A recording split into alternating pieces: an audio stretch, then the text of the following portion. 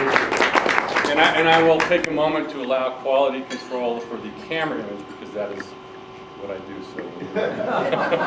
So make sure it's framed properly because that is part of quality control in television, proper framing. You probably can't afford this kind of high-tech equipment we have here. They end up borrowing that from me. Actually, I will tell you just a quick little story. We were actually looking at those cameras. We had a documentary, some of you might have seen recently, Cloud Street on soaring. Oh, yes. We were actually looking at those cameras to mount on the wings. And right about the time we were getting ready to purchase and figure out how to mount those cameras, the Canon HD on the wings, they came out with a GoPro. And it was like, yeah, we're done. The Canon lost out. We've done a lot of research into how to put those on and how the FAA was going to allow us to mount those and all that stuff, and then it all went out the door because the GoPro just took fire. Well, first off, well, second off, since I went through that little story, I want to reiterate my thanks to all of you for your participation in STEM activities in the science fair. My kid was one of those science fair kids. I don't know if you remember the frog kid. That's my son, Gabe. And the kind of encouragement that the Society for Quality gave those STEM kids, really, I can't tell you how much that meant. I was at some of these dinners with Gabe through the years. One of the reasons we're involved in the science fair, we're part of the Science Fair Advisory Committee now. But really, the work you do with kids, encouraging them to pursue these fields, is phenomenal. And my son is now a junior in college at the New College of Florida, which we call the New Mexico Tech of Florida. It's biology and life sciences college rather than the hard science and geology, but it is that quality of school, and a lot of it had to do with his experiences with science fair. So again, thank you so much for all you do for a science fair. So with that said, I'll move on to my presentation. Again, thanks for having me here this evening.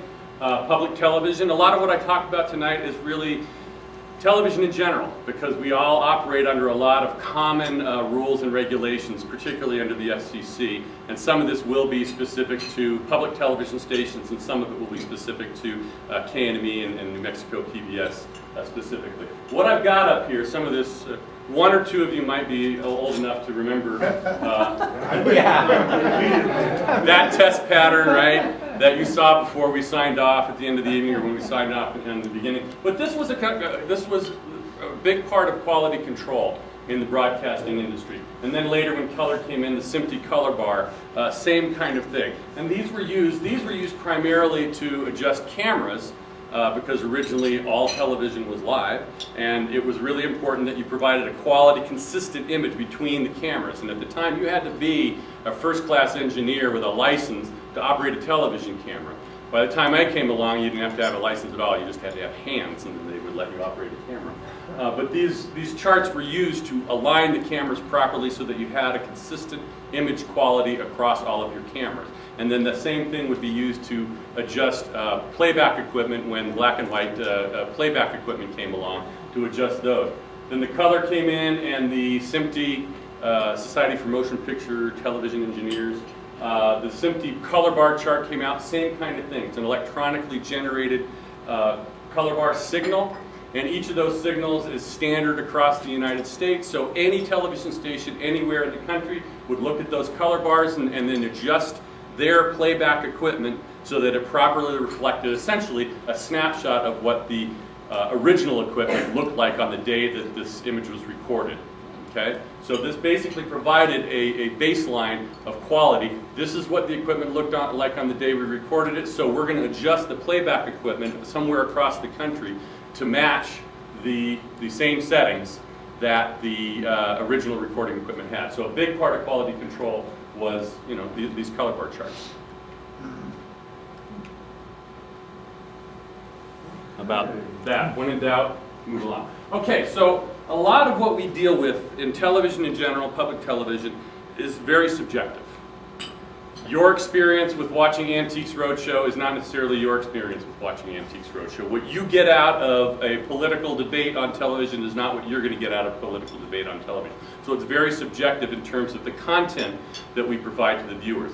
But as well, the technical quality of the picture is also very subjective. When I send a picture out and I set it and I adjust it just perfectly and it gets to your home, and then you're able to go to a TV set, especially a smart TV, and get into the settings and start adjusting the hue and the contrast and the color and the volume, all my work is really kind of gone out the doors at that point, right? There's very little quality control at that level. So all we can do is provide a baseline of quality and hope like heck that the viewer sees enough value in what we're putting out that they don't feel a need to go in and adjust their television set too much. Back in the days of analog television, before the digital transition in 2009, this was much more of an issue. It's really flattened out a lot with digital and smart TVs. But we have a lot of masters to serve in that subjective world, okay? First and foremost, we've got our viewers, all right? It's all about the viewer experience of television, okay? What the viewer sees and what the viewer's expectations are a big part of what we spend our time worrying about. But we've also got members. As a public television station, we are a member-driven station. And members are, by and large, a subset of viewers, but believe it or not, we do have members who are not viewers. There are people out there who just think public television should be and don't necessarily watch a lot, but support us anyway. So it's not necessarily a perfect subset, but it is a subset of viewers. But members have their own concerns as well. And certainly when you have somebody who's willing to put their pocketbook on the line and vote with their pocketbook about the quality of what you're providing, it's important to pay attention to their concerns and what they think.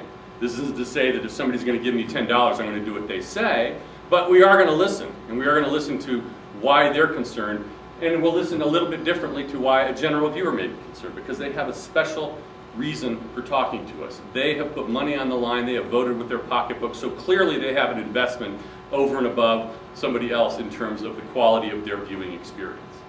But we also have the, oops, that time it worked. We also have the FCC, the overarching regulatory authority at the federal level. They kind of regulate the entire spectrum, including the broadcast spectrum. So they set out a lot of technical requirements for broadcasters, both radio and television, to operate under. But they also set out a lot of content, qualitative restrictions. Non-commercial educational television stations, that's what public television is a subset of the broadcast television range. So they have rules for commercial television, they have rules for non-commercial educational television. And we're operating under the set of rules for non-commercial educational television. So they determine things that we have a much higher standard, for instance, for public service. And that's a really amorphous term, public service. They actually let us do a lot of the defining of what public service is, because our job is to be in the community and determine what is the specific community needs in terms of public service, and we're expected to go after that. So they provide a lot of quantitative measuring schemes, for better or worse, not sure how well they work sometimes, but quantitative measuring schemes for something that is fundamentally a qualitative experience. What is public service? But they do set down some very hard guidelines. For instance, we have a very different set of rules for what you would call commercials. We call underwriters. Okay? The commercial television, those promotional spots that appear for products on commercial television, we can't really do that. We have a different set of rules to operate under. So we have to demonstrate to the FCC that we are operating differently than a commercial television station. So a whole set of guidelines in terms of how you are presenting a commercial message. We're much, much, much more restricted than a commercial television station. So the FCC has a whole series of guidelines, both in terms of the technical quality of your television signal and the qualitative content that you're putting out there. I mean, there's some hard and fast rules about the words you can't say, things like that are true across the board. But a lot of it is very subjective. And a lot of it has to do in the FCC's world about, does a viewer complain? So we can actually get away with a lot, should we want to, as long as somebody doesn't complain. But the FCC leaves it to the viewer to come back to them and say, I have an issue with how they handle this particular political issue, or I have an issue with how they're handling closed captioning. So oftentimes the FCC is really looking to the viewer to provide the feedback mechanism for how an individual station is doing.